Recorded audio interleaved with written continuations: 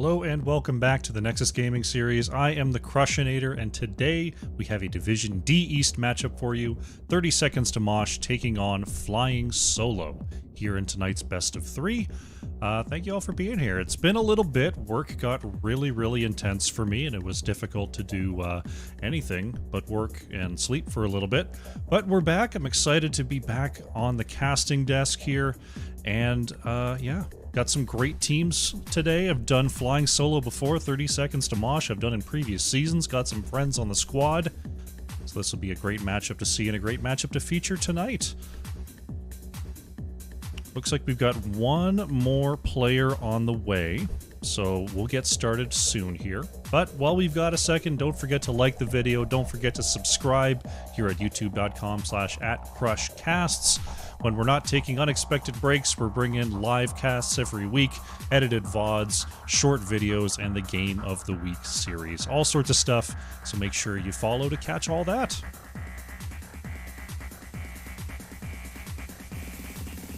Looks like one player just having some small technical difficulties, so we'll get started here as soon as we can. While we've got a moment, let's go to the map select.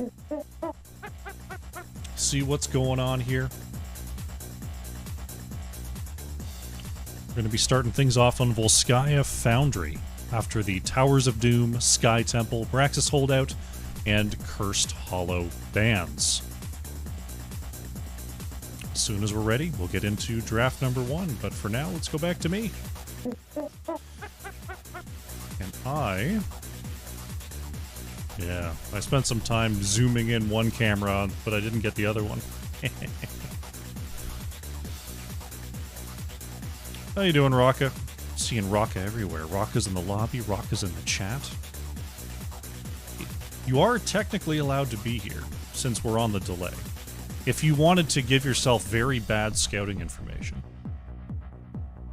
you could try.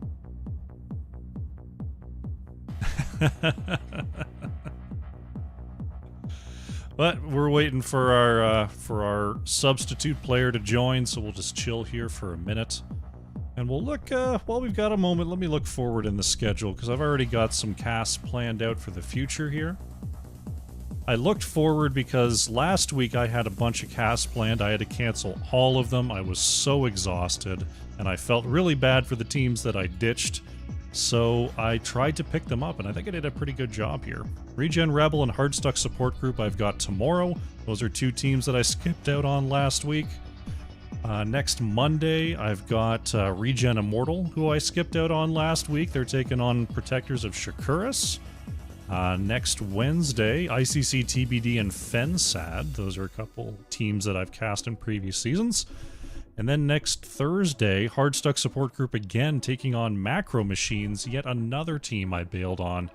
So I think I've fully leveled everything here in terms of righting the wrongs, which is fantastic. Been kind of doing a lot of Division, C, Division B type stuff. We're doing D today.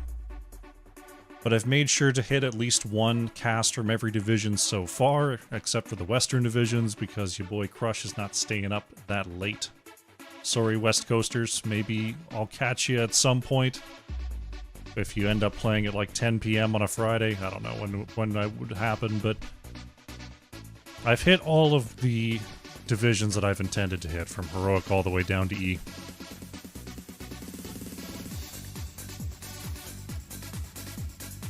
Seeing if there's any extra word here. Technical issue with the game saying region not found. Reinstall of the launcher. Well, that usually doesn't help. Hopefully they get it fixed. Oh, goodness gracious me.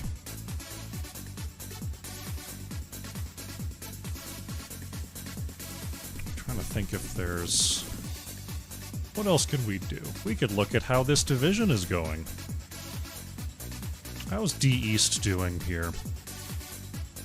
Checking out the standings. Looks like 30 Seconds to Mosh having a tough time so far, 1-12 on games played. Flying Solo 6-11 right now. So slightly more success, but two teams on the bottom end of the division here. Looking to start some momentum as we go into the latter half of the season. As long as we're having fun, that's what we're here for.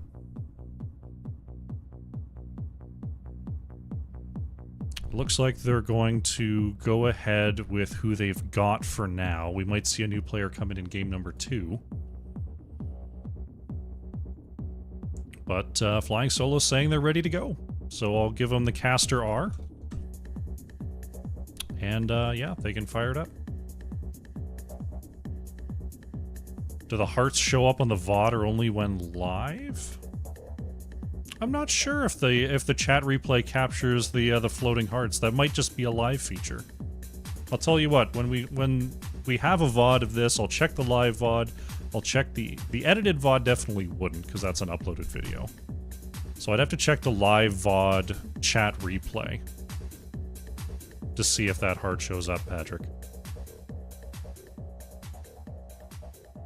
Alright, draft's up, let's get in there. Sick. We are here. In game number 1, Volskaya Foundry as chosen by Flying Solo. This is a double round robin division, so there's no coin flips here. The home team, today being 30 Seconds to Mosh, just automatically gets the choice. The way the schedule's set up, you're home for half your games, you're away for the other half of your games. So it all evens out in the end. And you're also flipping between home and away when you play the same team a second time. Our wonderful website admins have made that happen, so the double round robin divisions don't have to be ravaged by the randomness of a coin flip. Yes, this is the summer pose of Mr. Jin, just fully upside down all the time. Asmodan going to be our opening band here from 30 Seconds to Mosh. Good scaling hero, can do good work on Volskaya Foundry if heroes tend to group on the objective. Also pretty solid wave clear across the map, which is always nice when you get into that late game on Volskaya Foundry and you don't want to have to manage your lanes so much. Blaze will be the band from Flying Solo.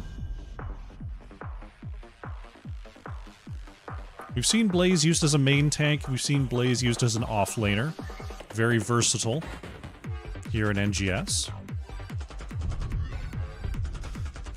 30 Seconds to Mosh. Garrosh next on the list of bands, targeting a couple different comp styles here. Asmodan tends to go very late, Garrosh tends to do very well early.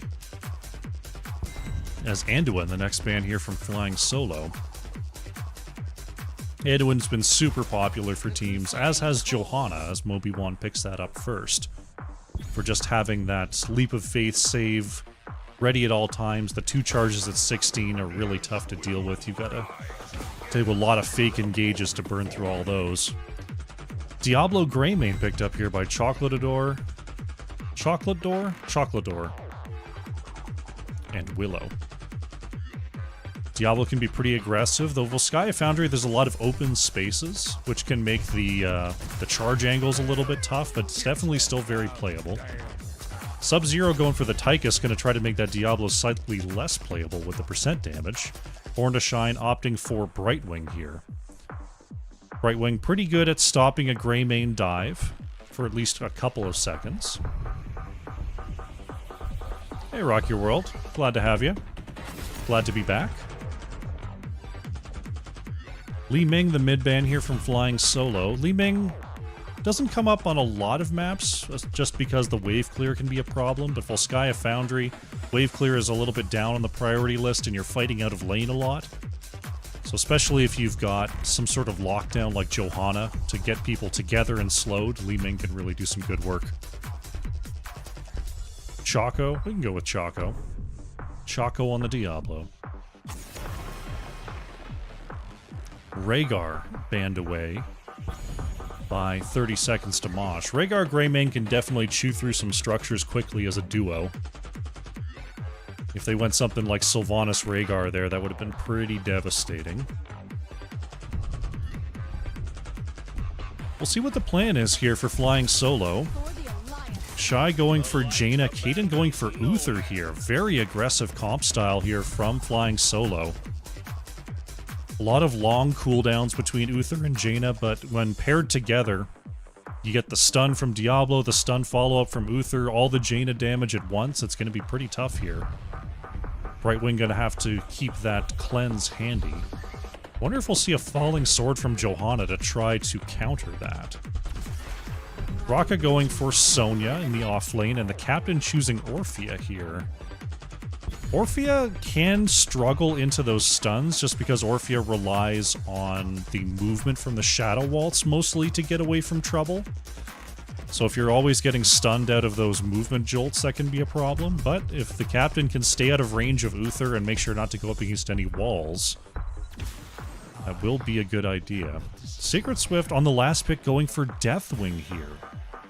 Interesting setup, going with the Deathwing into the Tychus, but it does fit on the front line of just getting extra beef, getting those big 2 lines of stun to help start a fight or follow up, and really let Greymane and Jaina work there. So it'll be really interesting to see how Flying Solo puts this together. Interesting. Alright, getting ready for game number 1, looking at our 2 compositions. Sonya and Tychus, I think when we get to the late game, are going to be a problem here for Flying Solo. Deathwing is just going to melt in front of those 2. I'm assuming we see Giant Slammer here. So, but the blow-up potential here from Flying Solo is going to shine, especially in the early game, but also all game long. I think it's going to be up to Born to Shine and Mobi-Wan. If they can shut down that initial engage, that's going to be key. But if they get caught without cooldowns, Flying Solo might just run them over here. We'll see how they play it. Let's get into game number 1. Here we go. Game number 1. On the left in the blue, we have 30 seconds to Mosh.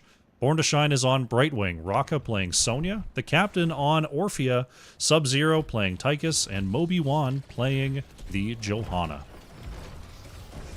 On the right in the red, it is Flying Solo, Shy Hardy DK on the Jaina, Caden playing Uther, Choco on Diablo, Willow playing Greymane, and Swift is on Deathwing. Commence combat operations. Game number 1 underway here. Checking on our level 1 talents. Looks like we've got the Silver Touch quest here for Uther. Of course, we've got the baseline chill damage quest for Jaina, who's picked up the Winter's Reach here on level 1, going for extra range to try to get past the Johanna and get some poke damage in. Looks like Orpheus setting up with a trait build here. As the wave clear in the mid commences, Jaina doing a good job of getting that Blizzard positioned properly. And the rotations will go on. Sonya already down in the bottom lane will be met with Deathwing. Caden coming around the backside here, wanting to engage onto someone. Going to get a hit on there onto Mobi-Wan. Born to Shine quickly getting the critical missed out as Sub-Zero pinned in the corner. Ooh. Uses that level 1 dash talent to get a little extra distance and movement speed to avoid falling as first blood. I am also disturbed by the lack of Artanis here, Hoku.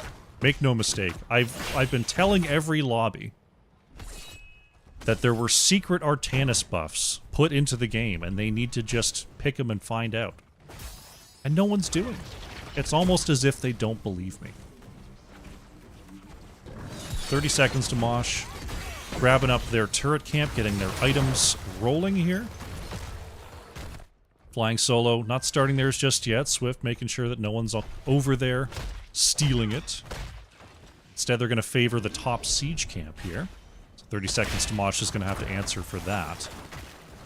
Looks like Shy going to try to solo this for a moment. So Jaina is going to be having a little bit of trouble trying to solo this. Could use some help here. Right now, Flying Solo favoring the top lane, wanting to get this siege camp pushing. And yeah, I don't think Shy can do this alone. Gonna need Deathwing to come on through and help out.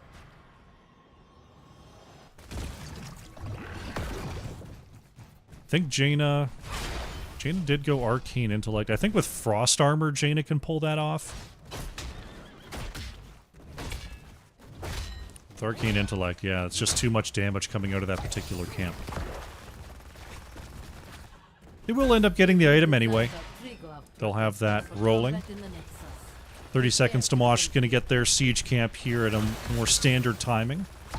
Looks like they did clean up the top lane. So we'll see if Flying Solo can use this time to maybe steal the mid camp or try to get onto control point A immediately.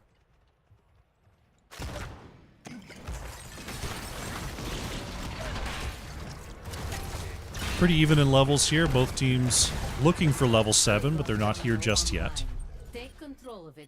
Right Wing waiting and getting that siege camp with the last possible second there. They're also going to get the top lane clear as Flying Solo starts the objective channel. Looks like 3 members have been pulled away to deal with that, so 30 seconds to Mosh, they're going to take the opportunity to jump onto the point. Dropping down that turret right away here, but no fight to be found. 30 seconds to Mosh, they do have their 7s. Johanna just pushing that wave right in, taking out one of those wall turrets. Flying Solo have cleared the top lane. It's going to start to come back down towards the objective. Looks like this turret is going to get to fire on enemies after all. Obi-Wan gathers up 3 here as Raka going into the backline, targeting Kaden. Choco on the front is quickly melted down there by Tychus. Uther next to fall as Raka trying to move away.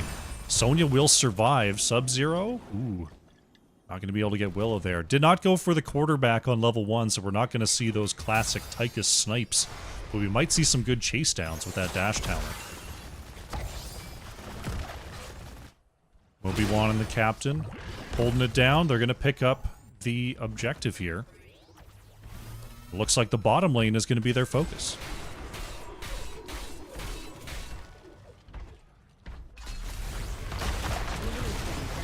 This is a good one to ensure that on control point C you pick up a fort. As they mow down this wall, no problem. Looks like they're going to put a little chip damage there as Swift goes with the Cataclysm.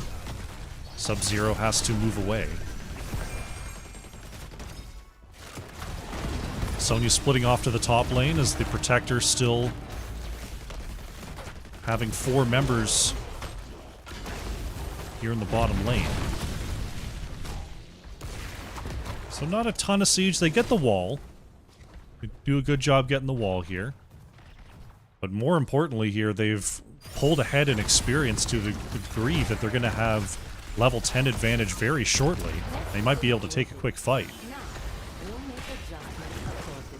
We'll be watching for Johanna's 10 here to see if it's going to be more reactive or proactive. It is going to be the Blessed Shield. Definitely a more proactive ult, as we're looking for Jaina here on the top side. I was thinking, well, I was talking about it during the draft. I was thinking maybe it's Falling Sword just to get away from the triple stun train and the quick burst of damage. It looks like they're going to respond to offense with more offense here. We've also got the Eternal Feast, Leap, Draken Laser Drill, and Blink Heal to go on the side of 30 seconds to Mosh. For Flying Solo, looks like Go for the Throat, Ring of Frost, Bellowing Roar, Apocalypse here for Diablo. Uther's still holding that 10 for now.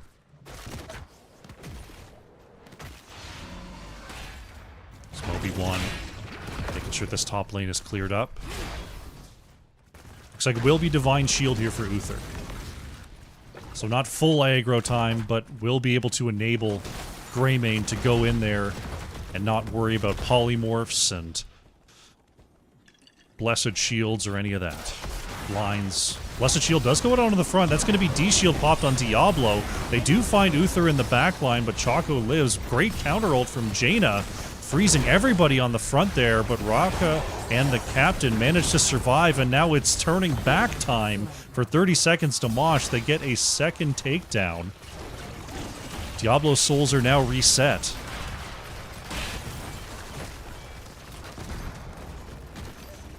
That was sort of a clapback twice in a row there. Looked like Flying Solo had the catch, And then 30 seconds to Mosh had the catch on the re-engage and was able to move forward and find a couple more takedowns.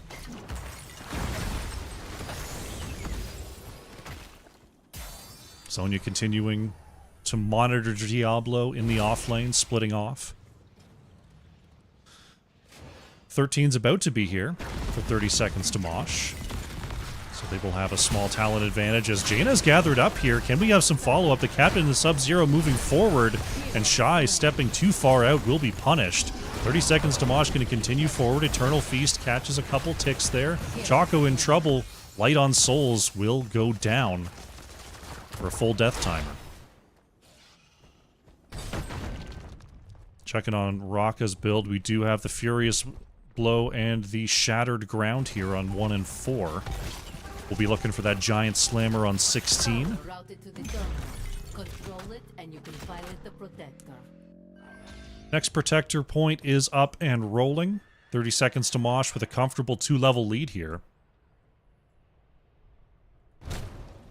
Deathwing just having to keep an eye on Sonya, not able to leave the lane too much, but does have a global to join the fight if one does break out in the top lane here. See if Deathwing takes to the skies. Keep an eye on the minimap, and yeah, Deathwing is now in the air.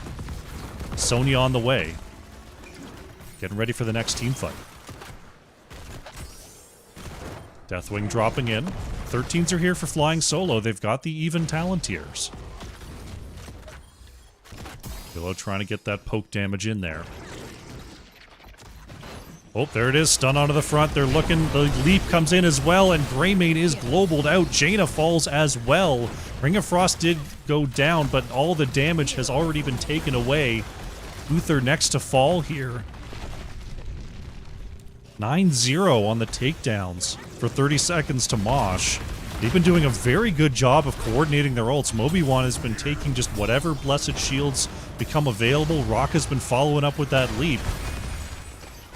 Very nicely executed so far by 30 seconds to Mosh.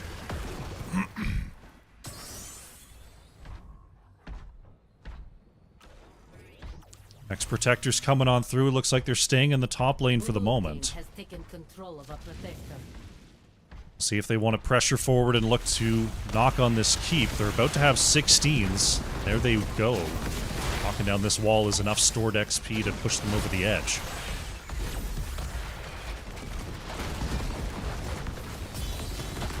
Protector's still pretty healthy here, gonna just keep on moving. Moby1 engages again with a Blessed Shield, but gets pushed in by Diablo. Still had the shield, though, to get away from the Jaina damage. Apoc goes out, stuns onto Brightwing. Born to Shine in trouble. Blink heal away! Trying to move out! Unbelievable gets away! Diablo will go down here. Willow trying to move on back will be taken out. 30 seconds to Mosh trying to get another one. That will be a triple, and that's a quad with the keep down as well. Great engage from Flying Solo. Unbelievable that Born to Shine managed to survive. And now they're just going to go ahead and look at the core. They've got 10 seconds on this Protector. They've got a Catapult in the top lane. And this is going to be one of the quickest Volskaya Foundry victories that I have seen in quite some time. 30 seconds to Mosh. Going to go up 1-0 in this series. GG.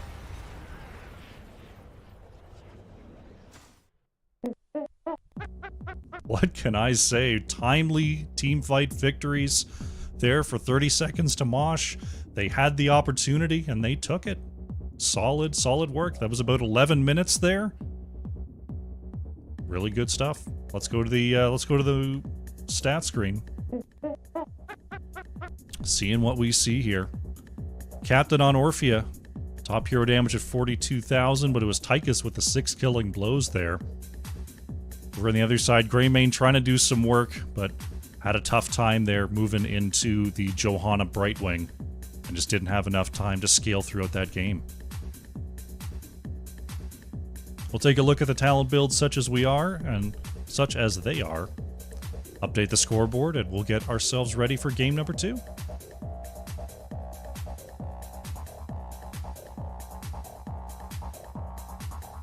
Alrighty. Alright, after a surprisingly quick game number 1, we're going to go to a short break. When we return, it'll be game 2 in this D East matchup. 30 seconds to Mosh, taking on Flying Solo. Don't go far. Honors, but there's the blink. Kira goes down. The short-handed defense double kill for Duratan's Couch. TTO continuing to jump in. There's the stun, though, from the edge, and Murden is taken out. It's going to be another bunker here from Blaze. Flyest Raven trying to get the resets on those fan of knives. Blaze will fall. That will be Maev taken out as well. Somehow Quantum and Ferret going to keep on living here. Mike is caught and taken out. Iron being run down as well. And that will be a full team kill for Bronze 6 with the 3-level lead in the open bottom lane. It looks like they're just going to go try to take this game. May wants a flank opportunity. Corrosive slide goes out. There's the ice wall trapping one. Corrosive is just going to mosh on the spot. Catches 4 targets here. Still the only one unmoshed. Smackloud in trouble. There goes Brightwing. Misha is low. Will be going down next. There she goes. Izik stunning onto the back line. Here comes non-champion. Johanna just soaking up so much engage and damage here. Majesty wants to get these hits onto non-champion and Miller Coffee. Calaboth low, has to get away. Another Entomb goes out, this time onto Vala. Great positioning there from Majesty, getting the burst kill with that Mimic. Trey work. Gathered up. Valkyrie coming on down. Nice silence onto Orphea. Is there enough damage to follow it up? Drag connects. There's the Ancestral. The root does land, though. Orphea looking for any way out. Bit of self-healing, but it won't be enough. Xenochrist goes in there to try to help get the save, but will be just chain CC'd as well. Double kill for Reset City. Silence and Tomb goes out onto Rhaegar. Rhaegar trying to turn around. Crushing Jaws catches 2. Ancestral lands. Big splash. Gazlo's going to go down, and Saber Moon will survive. Nazebo is put into the cocoon as the chase continues. Showengal Rescue Rangers. That's another pick-off onto Malfurion. Muidar and Chaos Pigeon trying to run away. Last Ironskin hits. Muidar is super low. Chase forward, and that will be the pick. Chaos Pigeon falls as well. Sandy holding onto the front line. Isolation goes out, does not hit. D-Shield and Ancestral used there. Juan Pablo, though, now without any cooldowns, has to back away. X-Strike from Genji. Will be stopped there from Uther. Johanna taken down in the mix. Flyest Raven receiving the short range. Ooh, Juan Pablo trying to trade out there. Will go down at the gate. Iron was like, I got you. And Genji's like, no, don't pull me. I've got one of my 17 mobility tools available. It's all good. Gotta watch out. The scatter arrow nearly connecting. Objective is claimed. Emerald Wind hits. There's a great follow-up stun. All right, welcome back. We are getting ready here for game number 2 in this Division D East matchup. 30 seconds to Mosh, currently up 1-0 over Flying Solo, in a pretty quick one there on Volskaya Foundry. We'll see if Flying Solo can strike back here and even up the series in game number 2. Looks like the teams are getting ready to go, so let's go to map select. We are going to Infernal Shrines here for game number 2, this time chosen by 30 seconds to Mosh. Flying Solo opting for the first pick there after game number 1. Very, very good. Jin is back. What's going on, buddy? Jin doesn't know anything about camera framing. He's doing his best. There on the left side.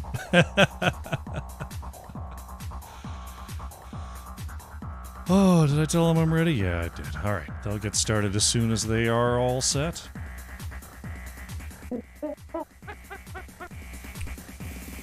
It's all good. See, if I go like this to put him in frame, then you get the elbow. You see? That's no good. Nobody wants the elbow. Keep that out of frame.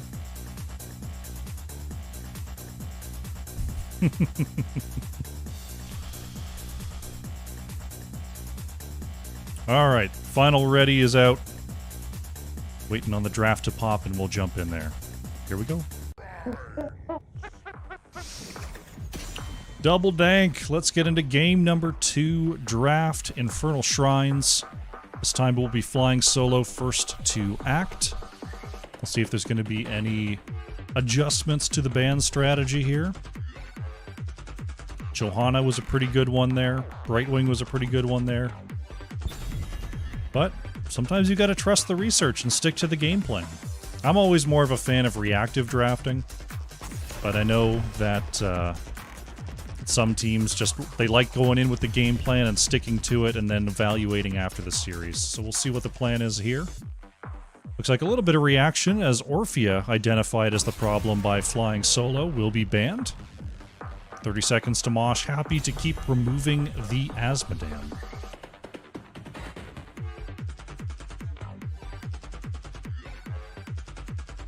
Flying Solo.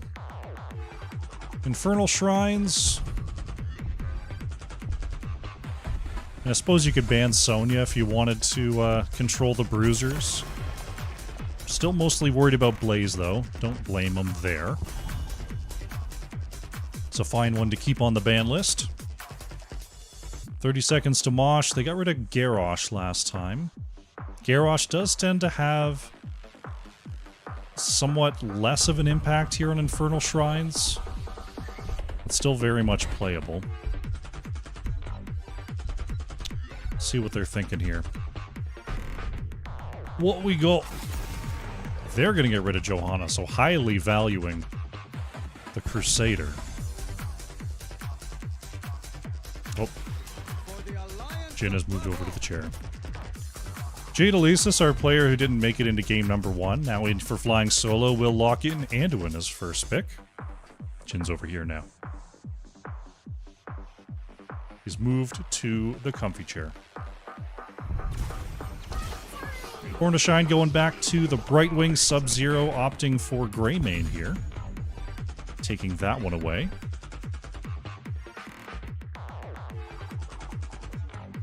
Brightwing, Greymane, okay. I wonder if we'll see a switch in style here from 30 seconds to Mosh, because they could go something like Sylvanas, Anubarak, Sonya, and then just not team fight and go chew on structures. Garrosh and Jaina still picked up here by Flying Solo.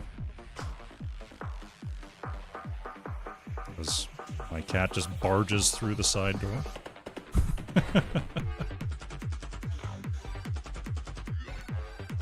So you can do the side split plan against Garrosh, but you do have to be careful because Garrosh is a pretty good side lane ganker.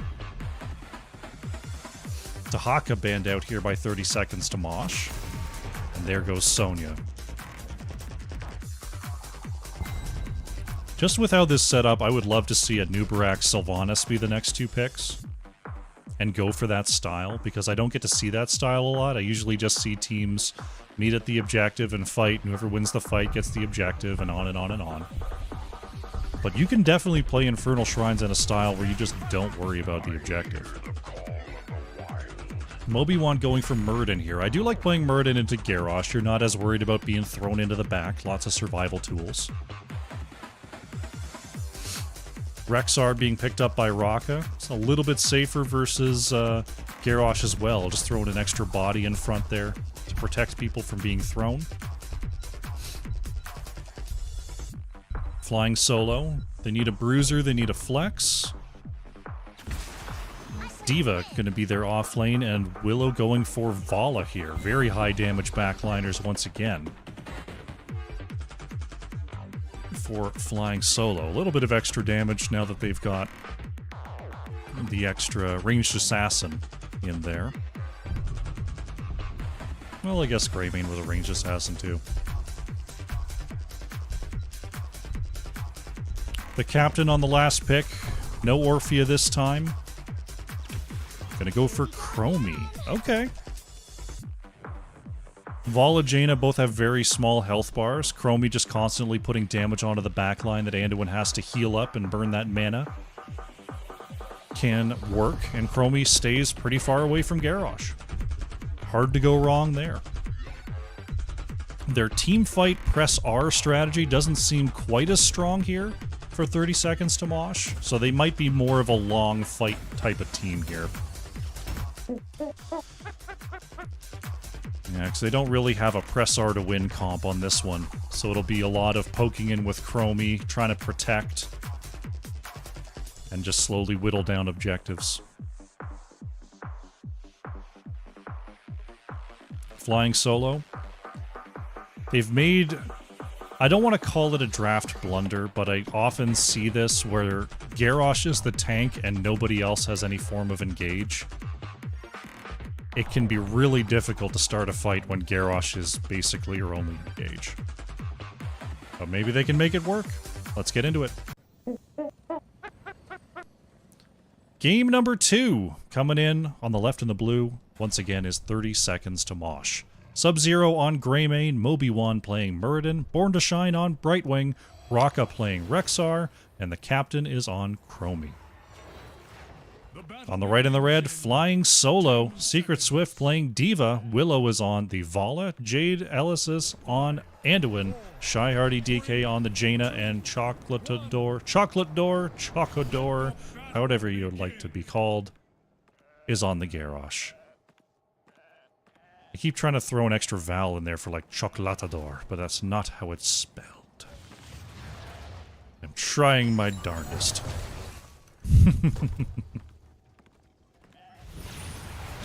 Babe's gonna clash here in the middle as we take a look at our level 1 talents. Chromie opting for the Dragon's Breath W quest here on 1. Vala going for auto attack stacks here. As the mid waves are mostly cleared and the rotations will begin. Raka once again going early into the lane here. Getting a quick start.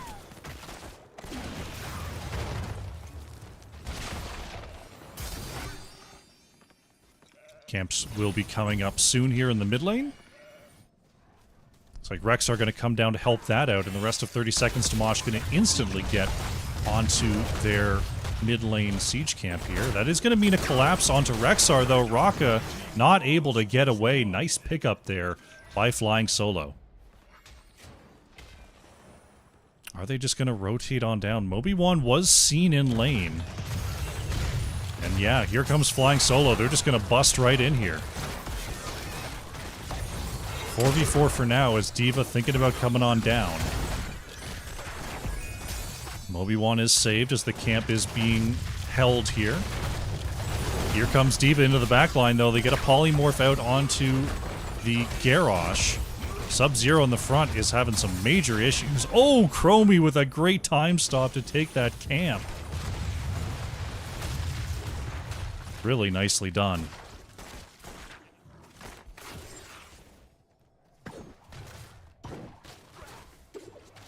Sorry about that. Just had to fix something on the preview. There we go.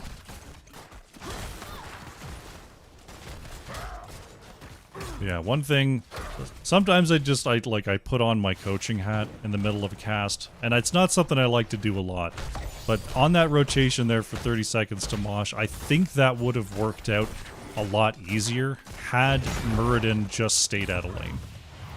Because Muradin showed in lane hitting the minions, and then was seen walking down to the camp. I think if that wasn't the case, Flying Solo might not have been so eager to just rush straight down to that camp. But it ended up working out not too bad for him anyway. They got the bottom camp. They're getting prepped for the mid objective here. As we have a Mortar Punisher coming in for our first objective. Shaman camp already on the wall here. Raka clearing this wave and going to get some good damage onto this top fort wall. Sub-Zero getting away from the threat of Garrosh there.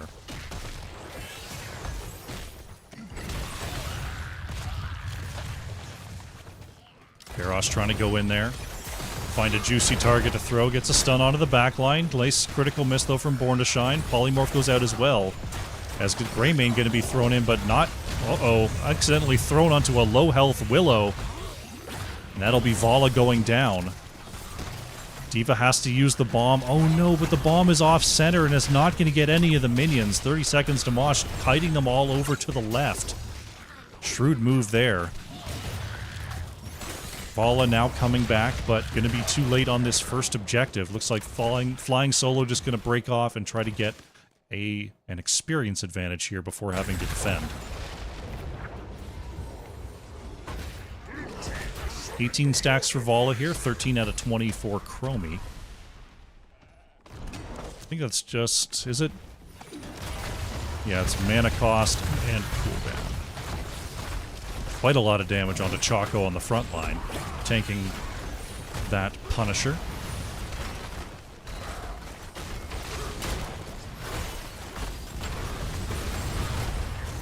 Chromie getting a few extra stacks there, up to 16 now as the Punisher crumbles. 30 seconds to Mosh. Gonna go on their camp rotation once again.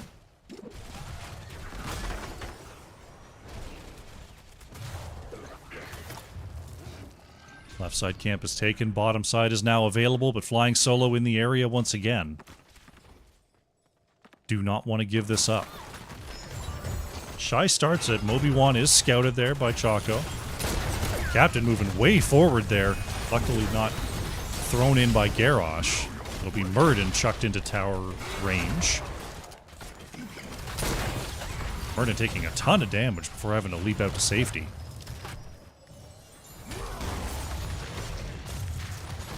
Flying Solo gonna try to stay on this camp. Moby-Wan is tapped, wants to jump in, but is too late here. Gonna go and start the fight anyway. This camp is throwing damage onto that front line. Sub-Zero put into the back. Great root follow-up from Jade, and that is Greymane to fall. Born to Shine being chased as well, and will be caught. The slows from Jaina not allowing Brightwing to escape there. That's a quick double takedown for Flying Solo. All the while, though, Rexar's been having a nice time double soaking here in the off lane. D.Va having to clear away the mid. Will be rotating a little bit more slowly than Rexar here. So will require some aid from the team. Flying Solo does have their 10s early, though. Got the Warlord's Challenge, Holy Word Salvation picked up here for Anduin as Moby-Wan thrown into the back. Polymorph out on the front line. Choco having some trouble with that slowing sand. Will be stunned out. Finally, Jade has to commit the pull. Ring of Frost catches 3 targets here. Sub-Zero somehow able to survive. Anduin protecting everybody with a great ult there. What an engage.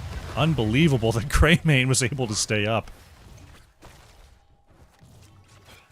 Rounding out those heroics there for Flying Solo, you saw the Ring of Frost, Warlord's Challenge, Holy Word Salvation. We've also got the Rain of Vengeance and the Bunny Hop. 30 seconds to Mosh. They've got their 10s now. You saw the slowing sands from Chromie. We've also got Cursed Bullet, Unleash the Boars, Avatar, and Blink Heal. Obi-Wan's already committed the jump, gonna be taunted, gonna be stunned, but that's Born to Shine coming in for the save. Avatar is popped here, and it looks like Murden's gonna get out.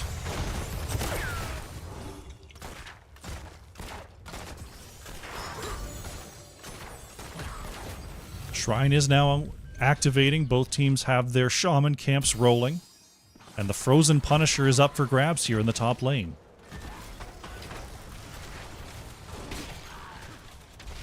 Choco coming into the back line, will be polymorphed. Rocka's got to reposition here, turns around on the damage, throwing the axes. Choco in trouble, Garrosh goes down.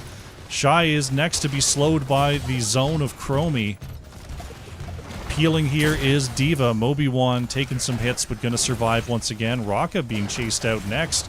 Went a little bit too far forward, gets bumped, and will fall. Swift, nice timing there on the bomb. Moby-Wan in the back line, just trying to guide away. Nice pickups there by Flying Solo. The extra damage they have this time with the Vala is really working out for them.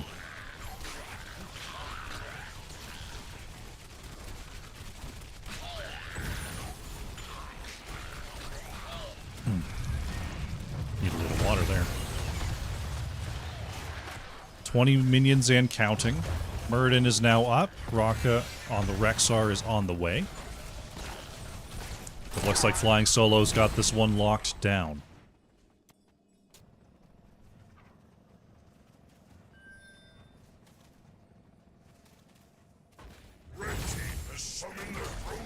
Frozen Punisher on the way here in the top lane.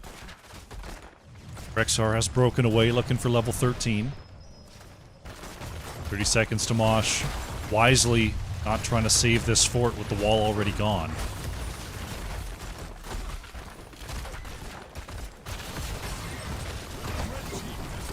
Fort's gone. Gonna be Murden who tanks the jump. Uh-oh, Sub-Zero in some trouble there. Will be saved by the slowing zone. Brightwing thrown into the back. Born to Shine. Oh, taunted before being able to blink out to Greymane there. Will be taken out. Avatar committed there by Moby-Wan. Chromie trying to defend here at the wall. Greymane really not able to get in range. Jump goes out onto Murden this time. Uh-oh, Choco going in way deep with this turret still there. Anduin with the pull and the protect is going to get the save. Almost punished, but a nice job by Anduin. All the while, Rexar having a grand old time versus the map. D.Va has broken away here.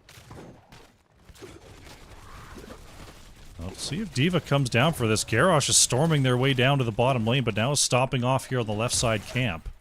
Moby-Wan did not scout it. Uh-oh, Choco into the back line. It's going to get a throw and a taunt onto Brightwing, and that is a great pickup there. They're going to try to get a counter kill onto Garrosh, but Sub-Zero is going to be going in and trading for it, so ends up being still a 2-for-1. Captain is rooted by the combo of Jaina. Shy picking up another one, 3-for-1, and the camp goes over to Flying Solo. Raka chased out, didn't get the camp either, and will go down. Flying Solo with a huge momentum swing here.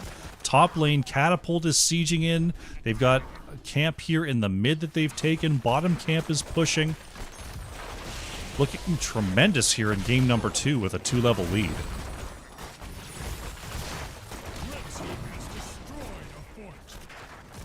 Bottom fort goes down. Mid fort going to be being worked on next by these minions. 30 seconds to Mosh just now getting back to full strength. Moby-Wan trying to come around. They want to get this one. Cursed Bullet goes out onto Choco. It's split focus, but Jaina still goes down. Sub-Zero able to roll out to safety. Moby-Wan, I think, had the jump interrupted there. Very low. Murden will fall. Stunned out of the chastise, or the salvation there was Anduin. They throw the bomb. They're going to get Misha there with the explosion. Ends up being a 1-for-1.5 or so.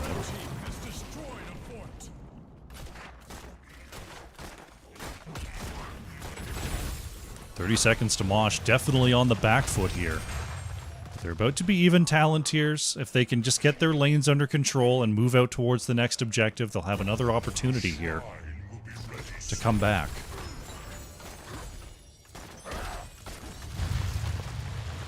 Right now, looking a little less confident here in game number 2 without those aligning ultimates.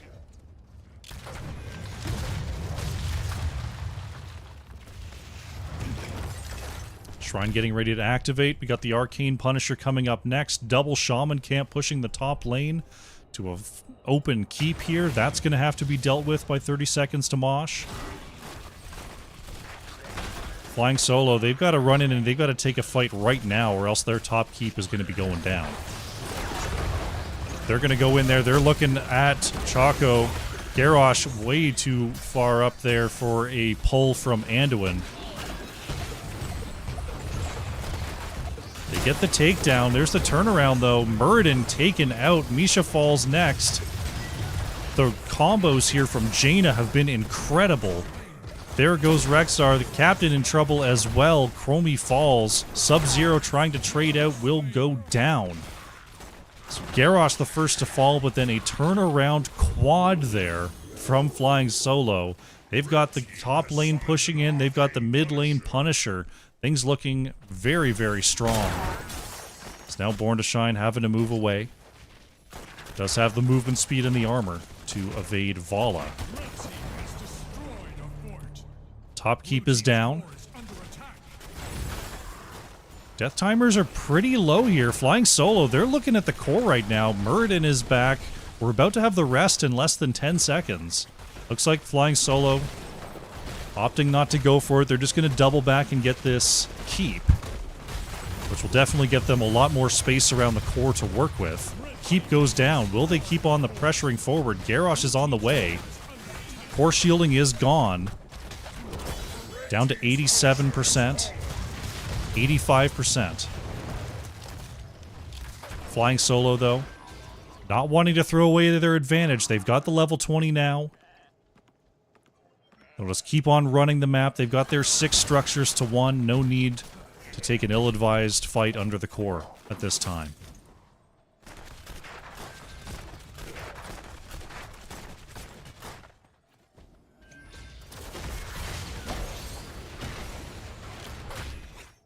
Mid lane double camp now getting ready. 30 seconds to Mosh, still a full 2 levels away from even talent tiers. They're just going to be stuck clearing these waves as they come and making sure that they don't get caught on the edge here. Willow stepping up, trying to engage there with the Rain of Vengeance. Sub-Zero going to be caught, though. Double throw from Garrosh. It's a stun onto 2. Born not able to blink out to safety in time. Double takedown for Flying Solo. And with these camps and this catapult, it looks like they're thinking about the core right now. Core shielding gone once again. The minion wave's starting to catch up. 30 seconds to Mosh. Gonna need a miracle defense here. Core down to 40% and dropping. Obi-Wan forced to jump away, and there's just too much damage. Flying Solo in another relatively quick game. Strike back, and they're gonna force a game number 3. GG. Solid work, Flying Solo. I kind of doubted their comp with the Garrosh frontline and no other form of consistent engage, but they played those fights well. They caught the engages of 30 seconds to Mosh and turned them in their favor. Very, very nicely done. Let's go to the post-game. See what the stats tell us here. The captain on Chromie, nearly 52,000 hero damage there for 30 seconds to Mosh. It was Willow on the Vala there for Flying Solo, doing incredible work. 65,500 hero damage, 9 killing blows. More than half of the team's touches there. Take a look at the talent builds, update the scoreboard. We'll get ready for game 3.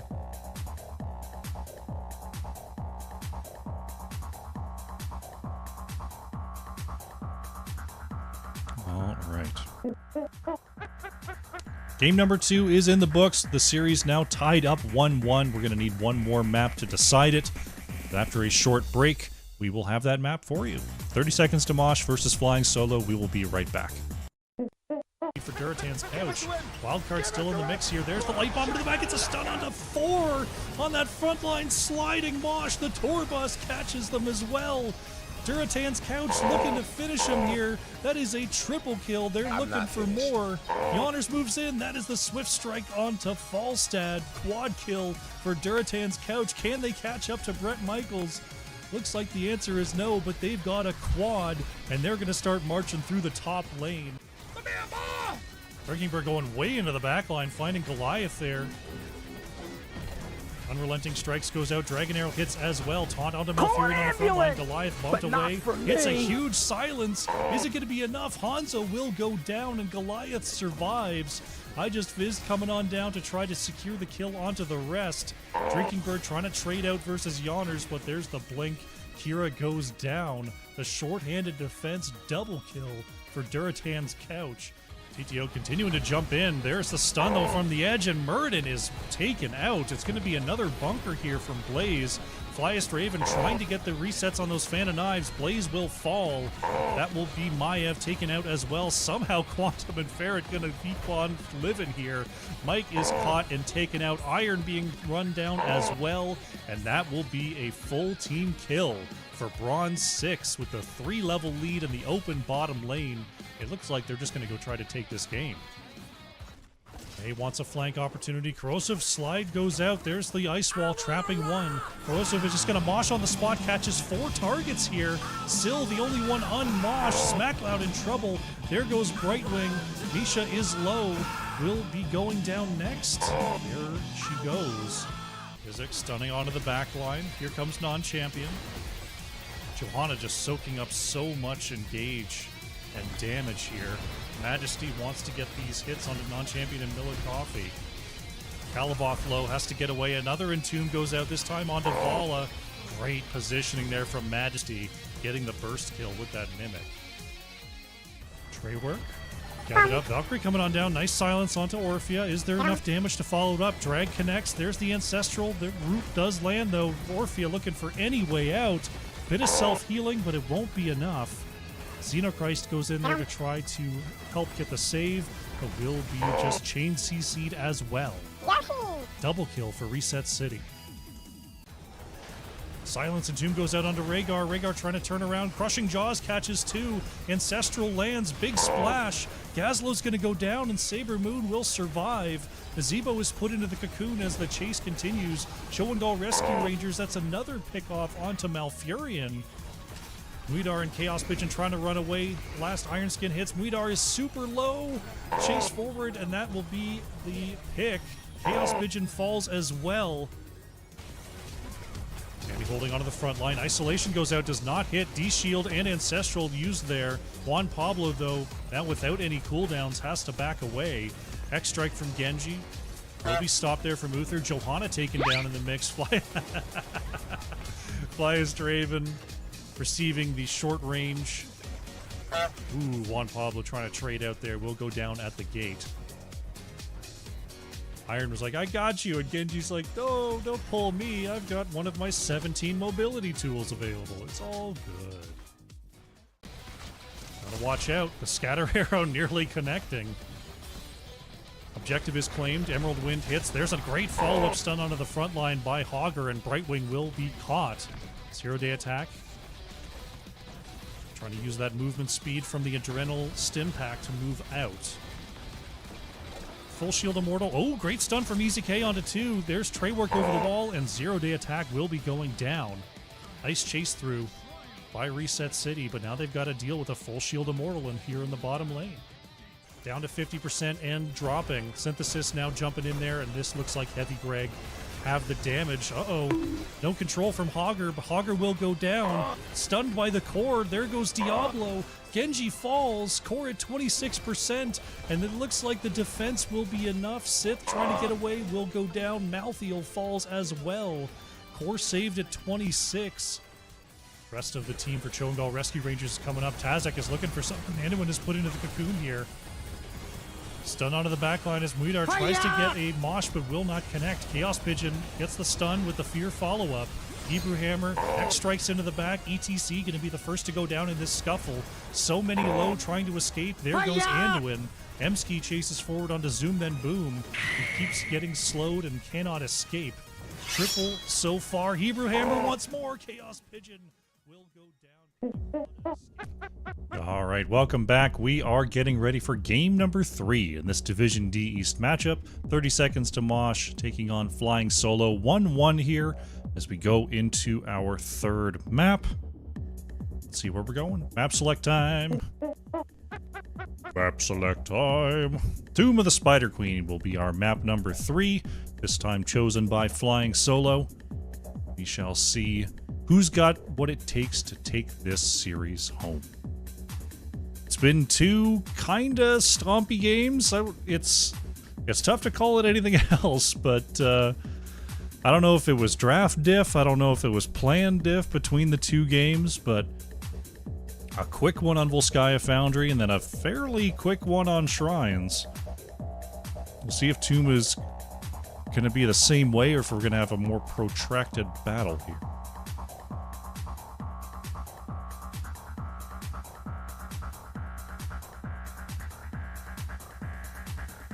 Just waiting on the last team ready, and then we'll jump in. We shall chill here for a second. The cat has moved back to the cat cam spot. Sideways flump. Oh, goodness me.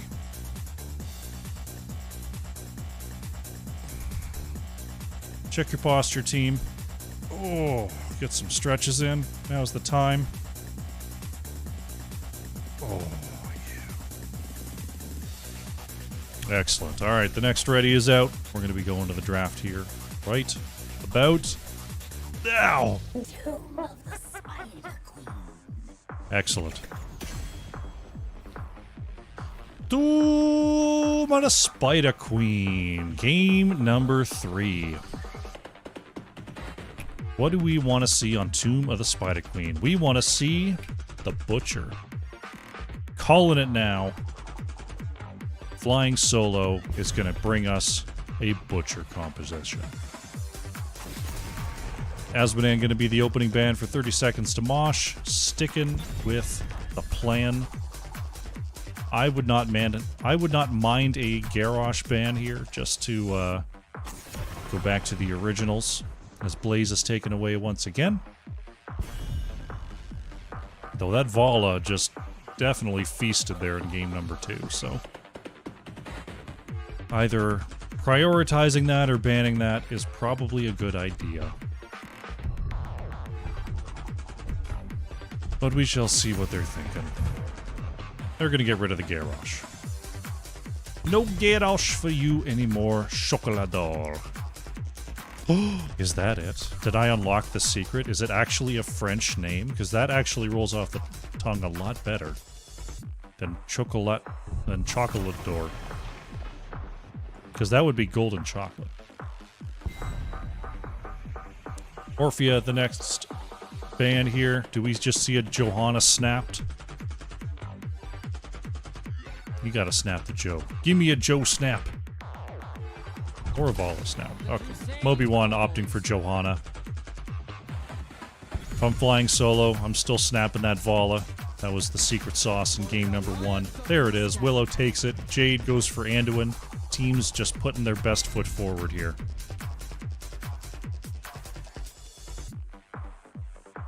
"30 seconds to Mosh. I see the Anduin Vala. What am I picking if I'm them right now? Ooh, Born to Shine going for the Stukov, and the captain gonna take away that Jaina. Interesting draft strategy there. I like it. Stukov, Johanna. A terrifying duo. I think 30 seconds to Mosh. Yeah, that's a good ban. I was like, if they get Sonya, I think this game's over. Because the Johanna with the Sonya follow-up in game number 1 is really good into Anduin. Anduin has to stay, like, so far away all the time when you're up against that. 30 seconds to Mosh. They're looking at the Anduin Vala. Getting rid of Dahaka here. Trying to control those bruisers. With the Stukov Jaina, I wonder if Raka's got a Leoric on the roster. Because you can get that sort of trap them all and then put them in the silent zone, put them in the Jaina Pain. But they do have an Anduin on the other side, so you probably can't do that as easily. But the Rexar from game number 2 could work as well, as we see Muradin Tassadar here. I do like a Tassadar on Tomb of the Spider Queen. Those walls are deadly, deadly stuff. Nonetheless, though, I'm hoping these 2 picks from 30 seconds to Mosh are something that is just super easy to follow up on Johanna shot calls. Give me some press R to win. What do we got? Diva Tychus. Not exactly what I was hoping for. Tychus has decent enough follow-up. I was hoping for the big kaboom. Didn't quite get it, but that's okay. Raka opting for Diva here. Decent offlaner on Tombs, fairly safe with those boosters as long as you're not using them to clear the lane. Swift on the last pick here for flying solo. What do we got? Going back to the Deathwing. Again, opting to go Deathwing into Tychus.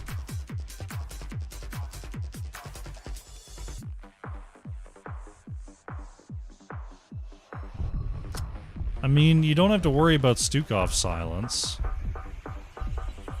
Swift just really, really wanting that Deathwing to work. We'll see if it works out for him. I mean, they took a pretty solid victory there in game 2. Maybe they've got, maybe they can break through with the Deathwing now. All right. Drafts are set here. 30 seconds to Mosh are like half of what I wanted. Flying Solo are like half of... they got the Vala, they got the Tassadar, those are great. If they take the victor, I've got to ask about this Deathwing. Because clearly they've got... I'm not seeing the genius that they're putting forward here. Clearly they have a plan. This is an NGS team. They know what they're doing. They've got a plan.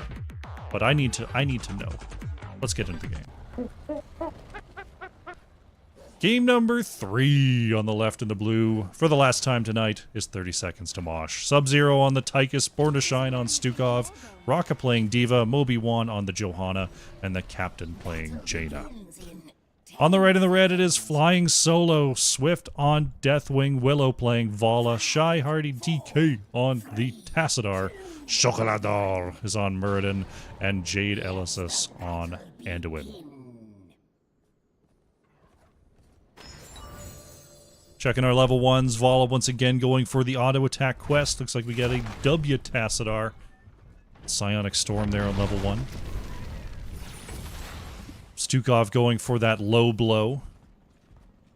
Get those extra low health kills on escapes. And Tychus going with that little dash talent again. I'm more of a quarterback player myself, but that little dash is pretty useful. Especially when you like to get up close and personal and then just fly away when things get scary.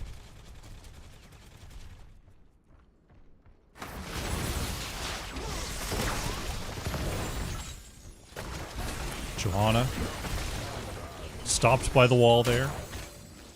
Ironically stopped while unstoppable. Ain't that just funny?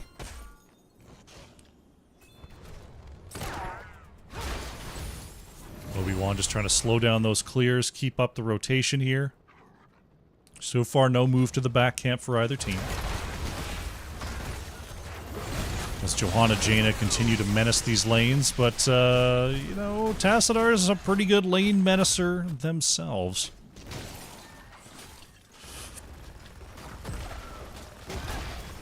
As we're just going to simply rock back and forth. Diva continuing to put those nerf bullets into Deathwing's titanium, unobtainium, whatever the element is, and WoW hide. I can't remember what the ore of choice was in that expansion. Sub-Zero trying to step up there. Will start to put some percent damage onto Deathwing for Swift back.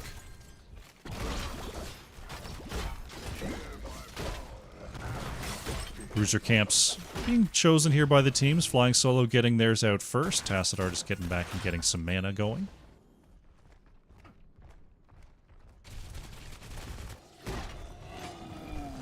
Red Bruiser's now taken by 30 seconds to Mosh, but they've got to clear the middle lane first. Neither team has enough for their first turn-in.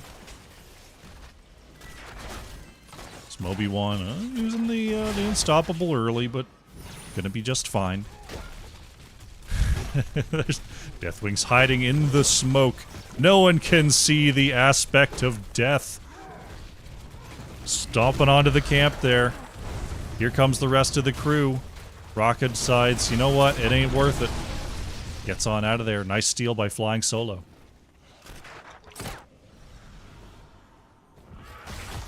$28 gems and counting here for 30 seconds to Mosh.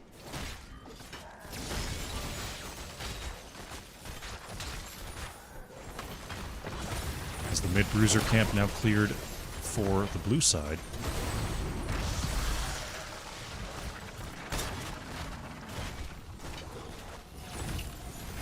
Turn-ins now available for both teams, as Swift stepping up there. Sub-Zero looking for an opportunity to get some damage out. Deathwing, oh no.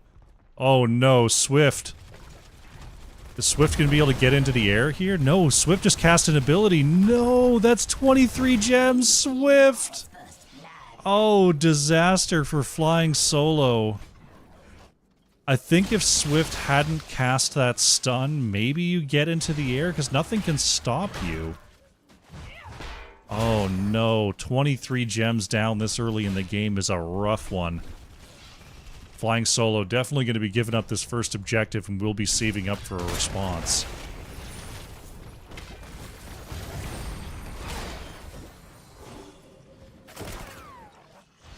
The captain picking up 3, going to get the turn in here on the top side for 30 seconds to Mosh. The blue web weavers will be coming on down.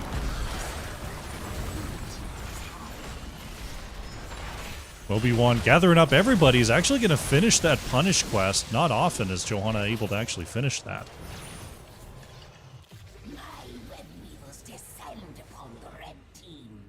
That means that it's an 80% slow even on one target. Very nice for Johanna to have. Blue web weavers are up. And it looks like the focus is the top lane for the time being.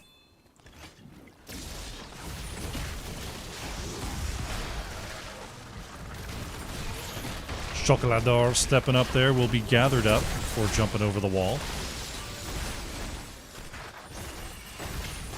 Mid-web weaver just shelling away here. Will be the next point of emphasis.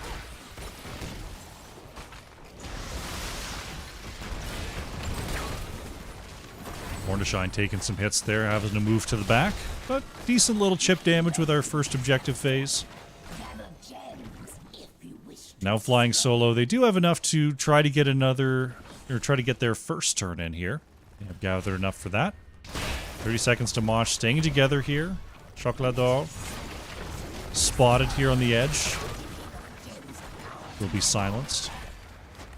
Sub-Zero trying to catch up there with that trait damage. We do see it as growing infestation for Stukov, the classic E-build. Tychus going for In the Rhythm and Combat Tactician here. Really leaning into that minigun. Tens are in for 30 seconds to Mosh. Just in time for this defense. Flying Solo did get enough for the turn in. They should have level 10s here in just a moment. 30 seconds to Mosh. They've got the Flailing Swipe, Micro Missiles, Blessed Shield, Commandeer Odin. Jaina's still thinking about it here. Will be Water Elemental chosen. Flying Solo. They've got Black Hole, Holy Word Salvation. The Haymaker here for Muradin. Rain of Vengeance and Bellowing Roar. Sub-Zero trying to defend there with the Odin. Will do so fairly effectively despite the hits from Tassadar. Very aggressive flank there. Is Jaina going to be caught and Haymade right into the midst of terror? Jaina goes down. A very nice job by Chocolador. That'll be Flying Solo's first pickup. D.Va in some trouble here as Deathwing dropping right down into the mix. Raka slowed and trying to move away. Moby-Wan in trouble as well as Willow wants to finish this off, but can't do it. Born-to-Shine caught in that animation in the middle of the Molten Breath there, but will survive as well. Uh-oh. Sub-Zero all of a sudden caught way out in lane, will be taken down. They've got to make some adjustments now that they see its Haymaker from this Muradin.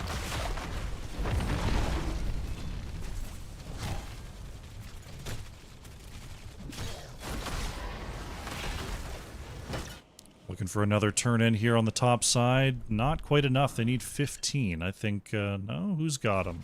Swift's got him.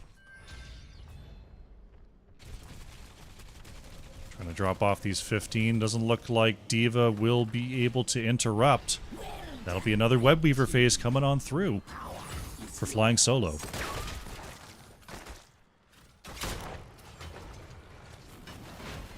Oh, engage here on the top side. Shy didn't have a chance. Tassadar caught out. Nice silence timing. Oh, Jade with the save. Can the captain get a hit? Wants a Q. Oh, not going to get the final touch. Muradin survives. Swift into the back line here. Helping to cover this bruiser camp.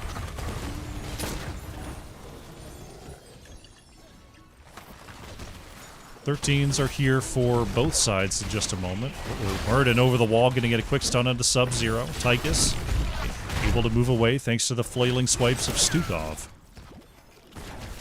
Another stun onto Tychus, looking like for another haymaker here, but silenced out of it. Still Sub-Zero in trouble, will go down.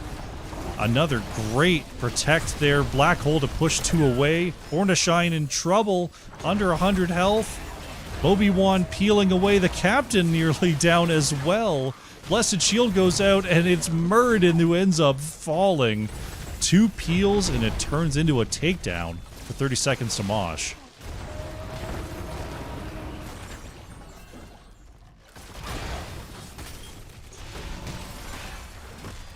They lose their mid fort to the pressure. It's the only structure to go down so far this game. This should be a turn in here. Yep, Blue Web Weaver's now on the way for 30 seconds to Mosh.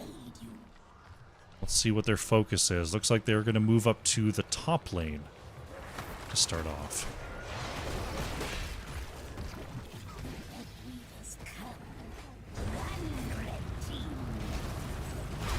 Here they come. Sub-Zero trying to dash forward to follow up onto Muradin. As the Web Weaver starts to push. Here comes Water Elemental. Muradin gathered up, down to half. Big silence, not able to jump away. There's the Blessed Shield. Can Chocolate get out? Yes, Dwarf Toss is in time. Now Jaina comboing on the top side. Here comes the Odin. Gonna gather up Muradin, but another Dwarf Toss is ready. Solid top defense here from Flying Solo. Oh, an ult is committed there. Mid fort goes down, bottom fort went down as well as it just kind of pushed in on its own. Doing some good damage to the keep wall as well, taking that out. 30 seconds to Mosh. Want to clean up this top fort while they have the opportunity. Deathwing still in the bottom lane, Flying Solo. Clearing up the mid, Mobi-Wan gets him some dismounts, and that'll be the triple keep play. 30 seconds to Mosh, striking back on the map here. Back camp's 30 seconds, bottom camp's available. Right side can be taken now. Gem situation pretty even for both sides.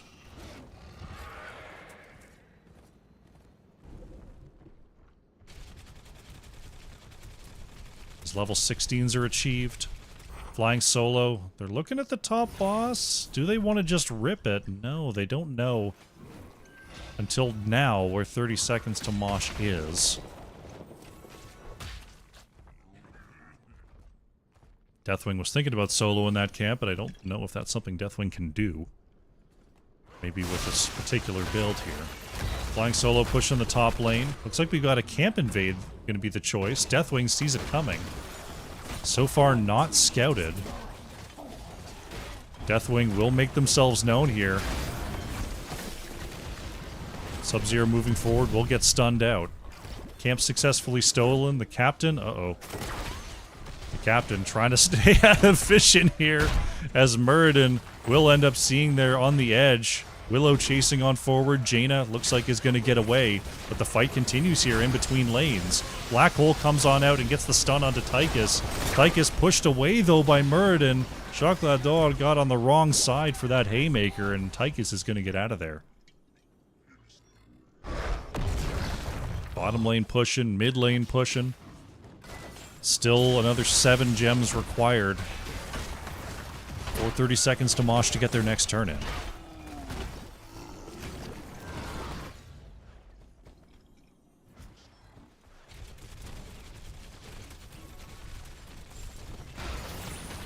Flying Solo does have enough for a turn in here, though none in the bank so far. Choclador, oh, is interrupted on the jump. Can they catch up? Water Elemental trying to chase forward. One more attack, but doesn't get in range.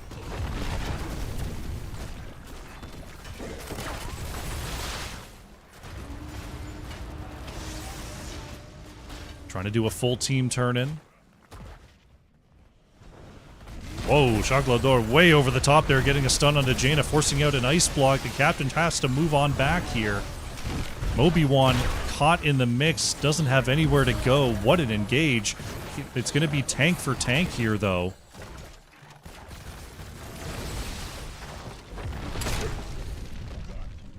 Looks like flying solo. Nice job by Choclador. Ended up going down, but ferried their team in there to get the next turn in.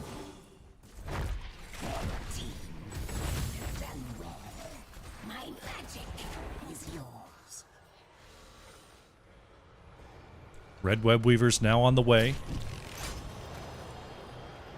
Wanting very much to defend all of their keeps here as 30 seconds to Mosh. Bottom lane definitely not getting up to the keep. That'll peter itself out. Mid lane being focused here quickly by D.Va and Tychus before being able to come to the top lane and defend. Muradin now on the way back. Flying Solo rotating away from the top lane. They're just going to head on down. Oh. Strange. Bottom Web Weaver's basically already dead due to having to walk and losing health, so they're just going to knock on this fort wall. Flying Solo barely even scratching the keep walls on that turn-in. Hopefully they pick up this fort as a consolation prize. But it looks like they're going to pick up a team fight over it. There's the stun coming on out. Silence in the zone of 3 here.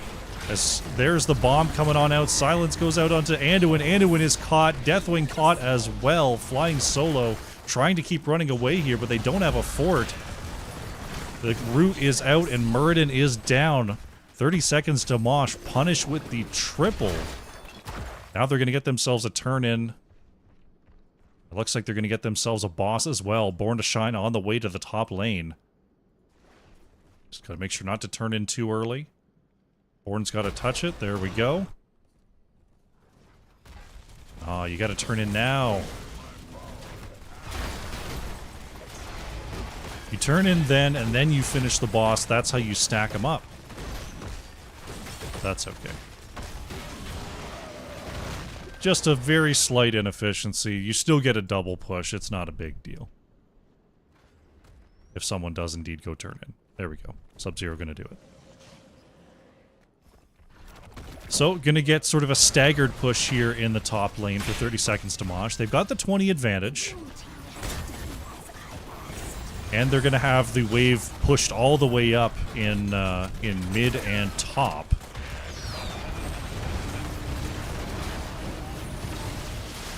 Top wall is down here. Raka having to make sure not to get popped there. Choclador is going to have to be saved by Jade Elysis. Boss wailing away on the keep as the Web Weaver is getting ready to drop in. Stun onto the front line. Moby-Wan in some trouble. Rooted there. Ooh, forces out the protect bubble from Anduin. But top keep goes down. Still a sliver left on this boss as it marches through to the core. Web Weaver very healthy as it moves up, but a tough spot here. 30 seconds to Mosh is going to have to go around. Swift going into the back line there. Gets a quick stun, but is just completely burned out by Tychus. Deathwing falls. That is a big pick here. 4:30 seconds to Mosh. Can we get a turnaround? Raka is demeched as the black hole catching everybody. Muradin stun onto 2, trying to get in position for a haymaker. But now is just being run down as well. That's another pick for 30 seconds to Mosh. Oh no, Sub-Zero. Oh, gets punished going too far forward. Very timely pickup there from Flying Solo. If they don't get that, they might have been losing all of their structures here. Such as it is, though, they're going to save mid-keep. No extra turn-in available just yet for 30 seconds to Mosh. They'd want to wait for Tychus anyway. But they're going to need definitely like 10 more waves if they want to get their next turn-in. Flying Solo Gonna be in a tough spot here. Luckily, they've got periodic catapults in all 3 lanes, so that will help out a little bit. Bottom camp, 45 seconds, right side claimed. So yeah, right now we're just in a little bit of a stalemate. Not much to do on the map, still over 2 minutes till the boss is ready again.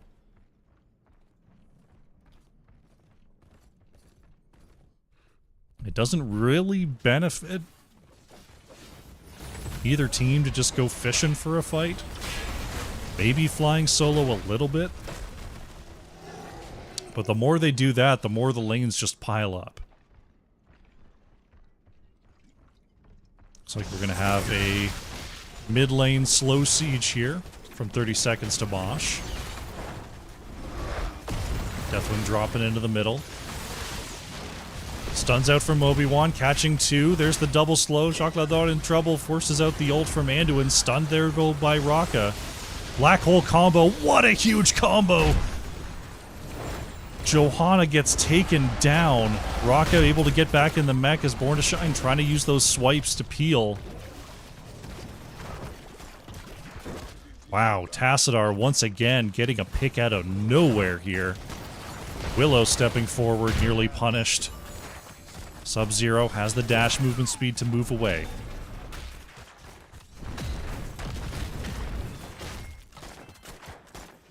Top lane catapults are piling up, bottom lane catapults are piling up, so Flying Solo can't do a whole heck of a lot with that advantage. Boss still over a minute away. They'll turn in what they can and grab the bottom camp, but they needed a more convincing teamfight victory to be able to just march across the map. 30 seconds to Mosh, just waiting on their Johanna. Chillin' and illin' here. They're moving. Where y'all going? Don't move out. Holy cow. Just wait. Just wait for Johanna. Okay, Johanna's here. Alright, we can move up. It's all good. Sticking together, gonna clear away the bottom camp. Bottom lane catapults cleaned up by Flying Solo. Deathwing's got the top lane pushing the way they would like. Getting close to their next turn in is Flying Solo. They need another 6 or so. Boss is now up. 30 seconds to Mosh, staying out of vision on the top side here. I don't think the lane sees them. Swift's coming up to check the boss. Does one check there. Flying Solo has enough for their next turn in, but they need Swift to be able to do it. Deathwing's walking into the pit. Born to Shine's gonna just rip this. 30 seconds to Mosh. I don't think Deathwing saw it. The turn-in's gonna start, and now Flying Solo is gonna see that the boss is in play. Choclador trying to jump forward and get onto the point here, will get in range, and here comes Swift. This could be a disaster here for 30 seconds to Mosh. Raka on the point is feared away. Boss stolen by Flying Solo. Swift in trouble, will be going down first. Willow in the back line is stunned out, trying to trade out. Diva goes down. Deathwing and Vala go down, but Stukov is down as well. It's a 2 for 2 so far. The captain trying not to get chased out here. Red Web Weavers and Red Boss are on the way with only 3 to defend. Flying Solo, they've got a monster push going here, and they've got their trio. Aside from Vala, they can siege down with this trio. But a solid defenders here. From 30 seconds to Mosh, they've definitely got the power to clear this. Murden going into the back line, trying to find the captain. We'll get low. Oh no, Jaina. Oh, it just avoids the boss stun. It's gonna have to get into the base here, but now the core is being threatened. Murden stepping up, will be saved and jump back. Core shielding still holding. There's Moby1 with a triple stun. Murden goes down, Tassadar goes down, Raka is back. Core is going to be saved here. Unbelievable 30 seconds to Mosh. At the last possible moment, find 2 key picks. And they're going to save their core. Their lanes are all the way pushed in here, though.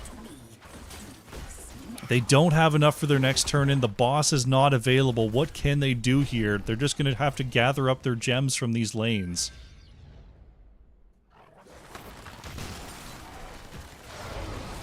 They're close, but not quite there on their next turn in.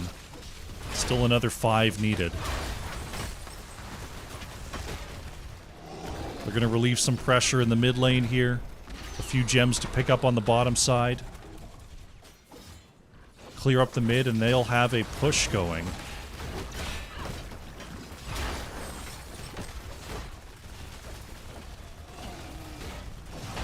Yeah, they still need one more wave. Someone's got to go down to the bottom lane and pick these up. Flying solo. Jade is not going to get the interrupt here. Only 2 more gems needed. Raka trying to wait for a wave to grab those, but there's a fight breaking out in the mid. Muradin is rooted. Sub-Zero manages to get away, and the black hole is used by Tassadar. Muradin trying to find another engage here, caught on the edge. Takes all the damage. There's the Blessed Shield, and oh no, Muradin goes down, but trades out for Jaina. Moby1 in trouble next, manages to get away. There's a bomb in the back line as Raka trying to move on out. Diva is down. Sub-Zero will fall as well. It's a 3-for-1 here for Flying Solo.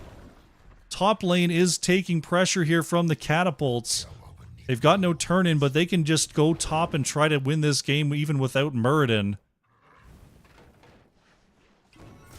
What a turnaround here. Flying Solo looked like they were so on the back foot here, but the long-range engages from Muradin, especially from Tassadar, just catching people out of position time and time again.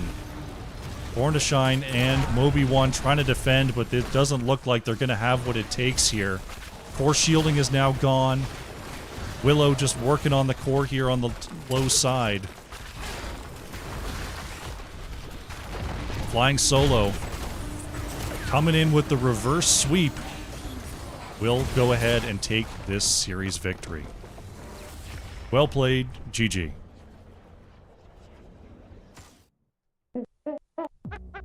Quite a back and forth series there. Really nicely played by both teams. Came down to the end. Just some unfortunate results in those team fights for 30 Seconds to Mosh. Flying Solo playing extremely well in the late game there on Tomb of the Spider Queen. What can I say? Let's go to the post game. Check out the stats here. Make sure we update the scoreboard. Sub-Zero on the Tychus, getting just ahead of Jaina there in the hero damage in the end for 30 Seconds to Mosh. Swift getting ahead of Vala there on the Deathwing by the end. Top hero damage for the side of Flying Solo.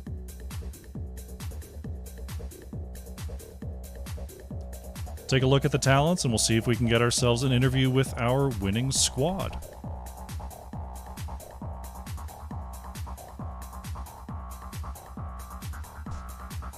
Alrighty.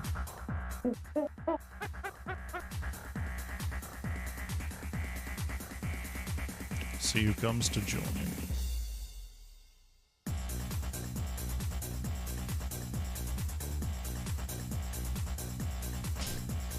The one climbing on me is Goose.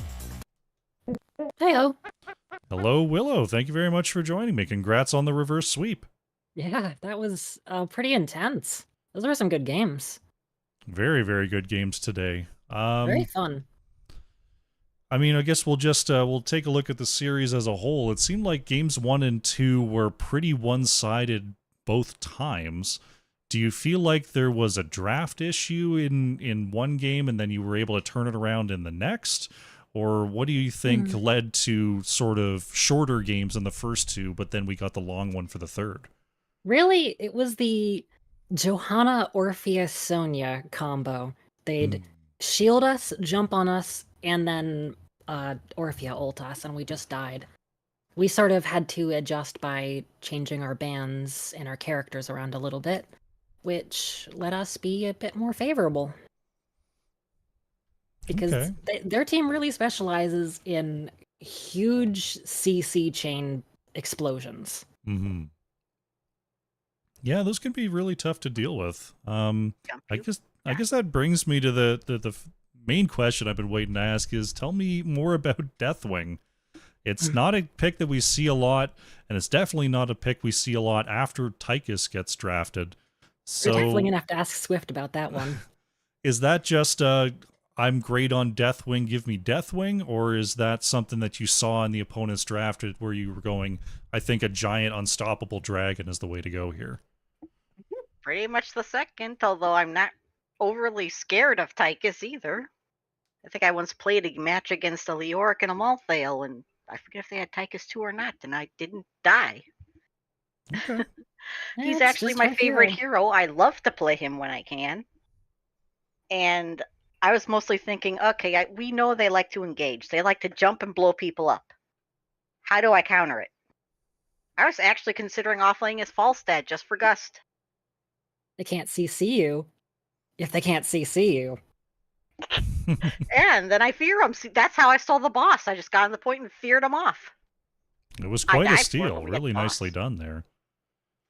So you're saying, like, there's a lot of people who only play Deathwing in the absolute perfect situation. They ban away all the percent damage and they're going, okay, only now can I play Deathwing. You don't seem to share that philosophy. So is there a way that you like to play Deathwing where you're just not so worried about those characters? What can you say to an up-and-coming Yeah, I player who usually play wants him to as play a- Deathwing more? I usually play him a little more like a mage into those comps. Like, a huge part of Deathwing is he can't be CC'd, but he has CC. You put the lava puddles down, you keep using your stun, you are just harassing the crap out of the enemy, and they can't stop you. Okay. And it's like with Tychus or even like Leo, they have to be able to get within a certain range to do anything to you. I just don't let them get near me. I'm actually more afraid of a Nazebo. He puts you in a zombie wall and drops everything, you're dead. Unstoppable doesn't save you from that. That's true. Well, that's good to know. Thank you very much for the perspective on that. Looking at specifically game number 3, Shy, the Tassadar walls seemed particularly potent, especially once Force Barrier came online. Did you feel like that was your spike as a team, like we're going to be able to turn this around with that particular talent, or was there something else that you felt was sort of how you were able to enable those picks in the late game? I just like the walls because people get slowed by them, they take damage by them. I don't particularly care if tries to run away from me because he won't be running very far and he's very killable. So it was just, I usually never go with anything but the walls because the walls with the black hole combination, you trap them, they try to run to the side, you black hole them, they're stuck in the wall. It is incredibly potent. It is so strong. So yeah, that's just what I like to play. It's very hard for me to play, but I like to do it just because it's so efficient. Well, And if Willow is around, she just dives in when they're trapped everywhere, and she just murders them. And If there's a chance for me to go in, I go in. yes, I am the most aggressive player to ever exist. So walls with Willow is a good thing because she will murder them on the wall. Well, definitely saw that there in game number 3. It was really nice synergy there, being able to chase forward off of getting those slows, getting those walls. Yeah, it was looking really dicey for both teams in the end there. It was really close. You know, I cried when that Jaina walked away and 2 of us died at the corner. I cried a little bit inside, and I kind of squealed like, she didn't get away. I got so upset. She had like 2 health. It was sad. But nonetheless, got the 2-1 victory, got the reverse sweep. Solid work today. There were some great games. Yeah, it was really, really fun to cast. So thanks for having me along for that. Nice. Thanks for casting it. Yeah, thanks for casting. We almost Um, abducted you as a team member as well. At one point. That's true. I One day want us we'll put to that get into our the tennis- NGS rules that casters can be subbed in. That'll be the day. Yep, I want that Inting Artanis on our team just once. There we go. My move is I hit a swap for no reason, then take both hands off the keyboard. That's That's how the you way play do it. Artanis. Yeah. That's the how you only do way. But yeah, solid series, and the floor is yours for any shout outs you'd like to make as we close out for the day.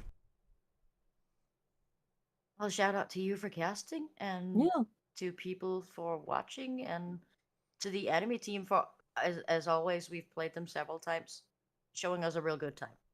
Definitely. A We've lot played of them a lot of back and forth. times. I Yeah. always enjoy the games we have with them. They play really well. Absolutely.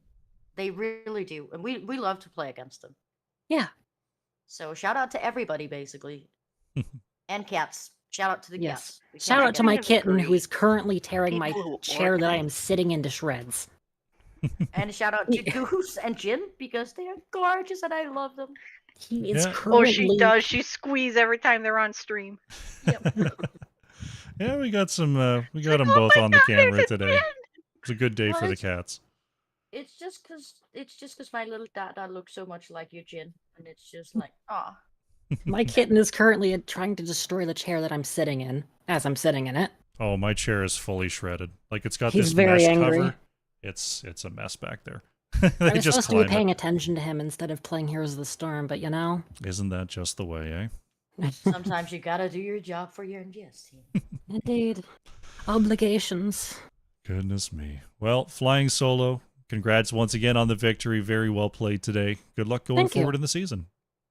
Thank You you as very well. much. And you have a great evening. You have a good luck and a You great evening too. too, Crush. Yeah. Thank Have a you. nice night, everyone. Bye bye. Bye bye. Bye-bye. All right. All right, folks, that will be it for today's series. Thank you so much for coming by. Thanks for being in the chat and supporting your teams and being active. I appreciate you being here. I know the YouTube chat experience isn't quite the same as over on Twitch, but being here does mean a lot to me, so thank you for doing that. Don't forget to like, don't forget to subscribe, and don't forget to keep checking out more future NGS casts. I'm here tomorrow, and I'm here Monday, Wednesday, Thursday next week. If you head on over to youtube.com/@crushcasts, you'll see the upcoming live streams. I've got tomorrow's posted. Gonna work on getting next week's up there as well, so you can see when everything's happening, who's playing, and all that fun stuff. We're gonna head on out of here. Thanks for checking me out, and I'll see you tomorrow. Bye.